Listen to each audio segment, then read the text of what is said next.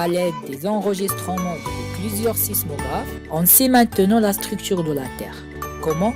Restez jusqu'à la fin de la vidéo pour comprendre bien ça. Je veux pas.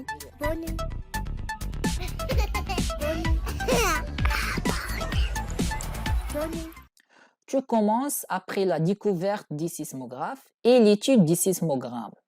Alors, qu'est-ce que c'est un sismographe? Tout simplement, c'est un appareil qui permet d'enregistrer les ondes sismiques. Il y en a deux. Il y a les sismographes verticaux qui enregistrent les vibrations verticales vers le haut, vers le bas.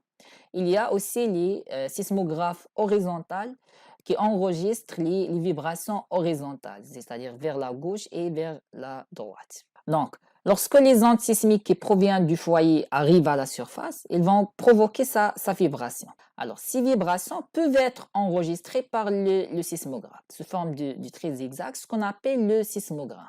Donc, qu'est-ce que c'est un sismogramme?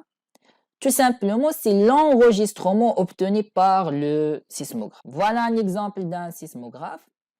À partir de cet exemple, on peut identifier trois ondes sismiques. Il y a les ondes P, les ondes S et les ondes L. Les ondes P, ce sont les ondes premières. Ce sont les premières ondes qui arrivent à la surface et bien sûr, ce sont les plus rapides. La propriété de ces ondes, que sont capables de se propager dans tous les milieux.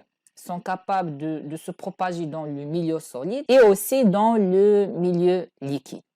Et ensuite, il y a les ondes S. C'est les ondes secondaires. Ce sont les deuxièmes ondes qui arrivent à la surface et sont les moins rapides. La propriété des ondes S que sont capables de se propager seulement dans le milieu solide, c'est-à-dire qu'ils sont incapables de se propager dans le milieu liquide.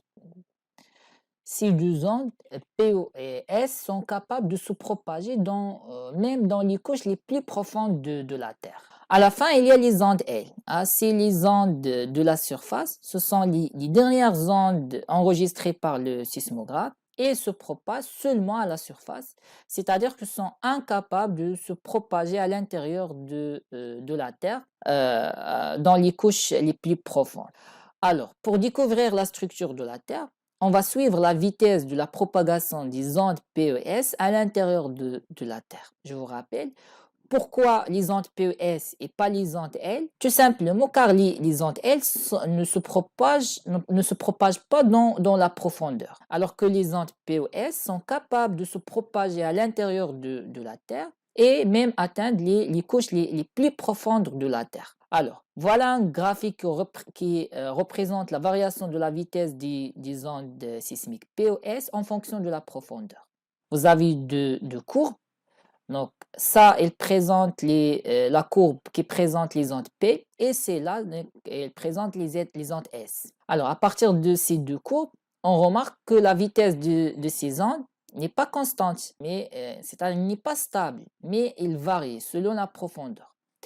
Et comme ça, on peut diviser ces variations en deux types. Il y a une variation progressive, c'est-à-dire petit à petit, soit une augmentation progressive comme à ce niveau-là, ou bien une diminution progressive comme celle-là. Il y a aussi une variation brusque, c'est-à-dire soudaine, comme à ce niveau-là. On voit que la vitesse augmente d'une façon progressive, mais d'un coup, il y a un changement brutal de la vitesse, il y a une diminution rapide, il y a une chute de la vitesse en passant de 13 km à 7 km. Alors, les chercheurs, ils ont utilisé 6 variations de la vitesse des ondes sismiques pour connaître la structure de la Terre. On a utilisé ces variations brutales comme ça pour déterminer les différentes couches de la Terre.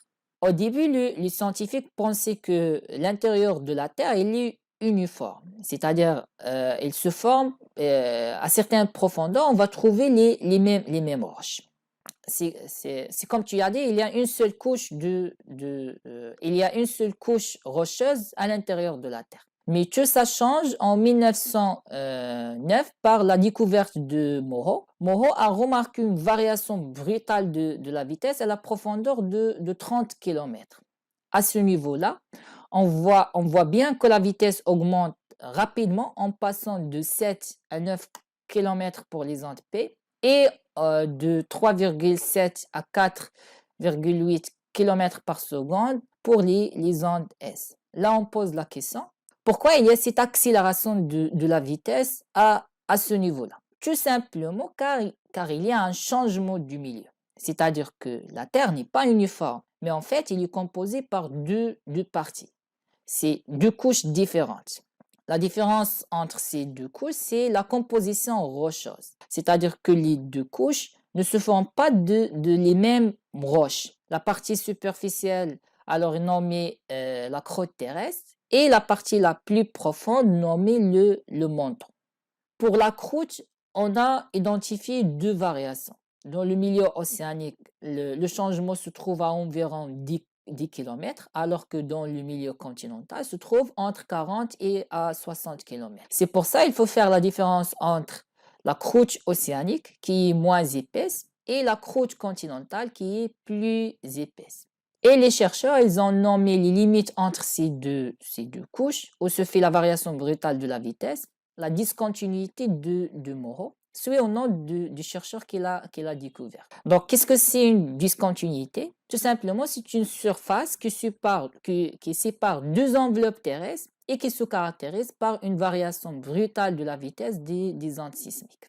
Alors, en 1912, le sismologue Gutenberg va détecter une autre variation brutale de la vitesse à la profondeur de 2900 km. Et comme ça, on a trouvé la troisième partie de la Terre, c'est le noyau.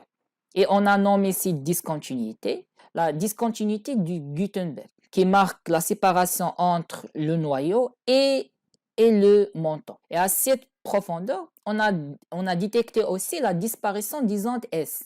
Donc, il n'y a pas des ondes S. Ce qui montre que l'état de ce noyau est liquide. Pourquoi? Car on a dit que les ondes S, elles se propagent seulement dans le milieu solide. Ils sont incapables de se propager dans le milieu liquide. Ce qui montre que ce milieu-là, ce noyau, il est liquide. Donc maintenant, on a divisé la Terre en trois parties, la croûte et le manteau.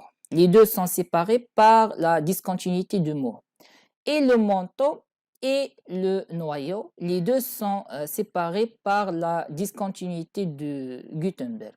Et on a dit que le noyau, il est liquide. Alors, en 1936, la sismologue Lehmann, donc c'est une chercheuse, a remarqué la réapparition des ondes S à la profondeur de 500 000 km, de 5100 km, après avoir disparu à la profondeur de 2900 km. Ce qui montre que le noyau mis en évidence par Gutenberg en 1902 n'est pas totalement liquide. Mais en fait, il contient une partie solide, ce qu'on appelle la graine. Et comme ça, on peut diviser le noyau en deux parties. Une partie liquide, c'est le noyau externe, il est liquide. Et une partie solide, c'est le noyau interne, c'est ce qu'on appelle la graine. Alors, pour résumer, l'analyse de la propagation des ondes sismiques a permis de connaître la structure interne de la Terre qui se compose de trois couches. La croûte terrestre, il y en a deux, la croûte océanique et la croûte continentale. Et on a dit que la croûte continentale plus épaisse que la croûte océanique. Le manteau aussi, il est divisé en deux. Il y a le manteau supérieur et le manteau inférieur. La différence entre ces deux, c'est au niveau du comportement des roches. Le manteau inférieur est rigide, alors que le manteau supérieur, il est formé par des roches un peu molles et ils sont ductiles. Et la troisième partie, c'est le noyau.